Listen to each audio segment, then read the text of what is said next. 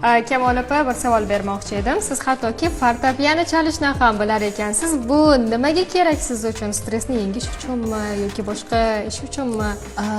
Yoshligimda o'zi 4-sinfimdan fortepianoga adam olib borganlar. Fattoh Nazarov nomli musiqa maktabida 6 yillik bitirganman fortepiano solfejo bo'yicha.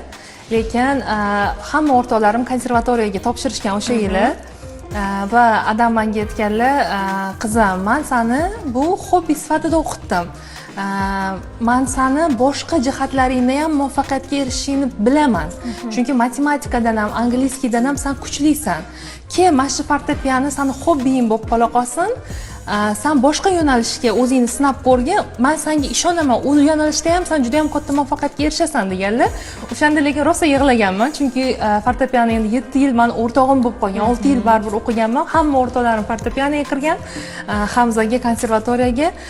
Lekin hozir men adamga rahmat aytaman, chunki men boshqa sohada insonlarga ko'proq yordam bera olmayman deb bilaman. Chunki ko'pchilik odamlarning vaqtini tejab, natijaga yetkazib ularni maqsadiga yetkazib, menga juda ham katta motivatsiya beradi.